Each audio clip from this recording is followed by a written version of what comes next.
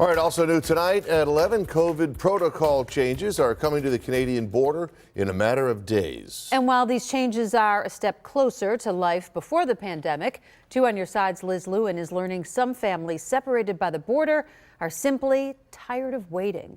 It's enough. Enough is enough. With more Canadian territories adjusting their public health measures against COVID-19, the Canadian government is transitioning out of its crisis protocol and into a more sustainable long-term approach. And while this may sound like good news for some, binational families who frequently cross the border are still frustrated. We're advocating that Canada reciprocates what the U.S. has done.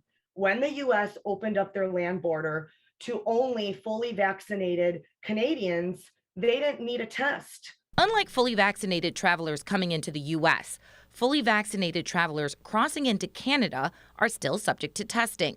Marcella Picone is an activist with a group called Families Are Essential and has been using her voice to reunite families that have been separated by the border during the pandemic. We are families that saw each other daily and weekly, and you are asking us to download apps and take tests so that we can be able to cross the border so that we can go see a hockey game or go babysit, or a father to come see his kids. This is not sustainable. Picone says it's difficult for families to plan when the U.S. and Canadian governments have different approaches to reopening the border.